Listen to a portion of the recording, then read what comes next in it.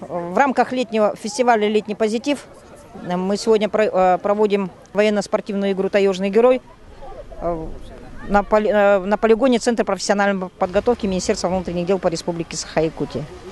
Сегодня у нас участвует более 300 человек, из них 250 – это дети. Дети, которые попали в трудную жизненную ситуацию. Здесь у нас сегодня в программе, в принципе, военно-спортивная игра проходит 2 дня, сегодня и завтра.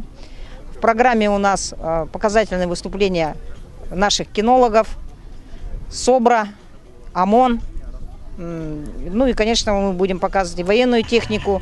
И наш совет ветеранов межмуниципального управления МВД России Якутская выставили ретро-машины. Буду тоже рассказывать, в каком году они выпущены. Ну и чтобы заинтересовать ребятишек, здесь еще будут проходить по станциям игры. Где-то около 10 станций будет прохождение. Будет и военизированная эстафета, которую организовывают у нас представители ОМОНа и СОБРа. Вот. Ну и, конечно, будет у нас военная техника, военное оружие, выставка. Это мероприятие мы уже проводим 6-й год. Открываем, как сказать, закрытые.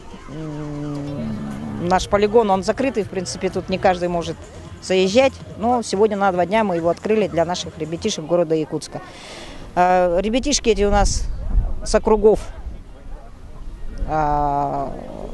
администрации города Якутска, и комиссии по делам несовершеннолетних, и со средних школ, и также педагогический отряд. Вообще организовываем это мы совместно с Министерством внутренних дел по Республике Саха-Якутия с детским подростковым центром города Якутска.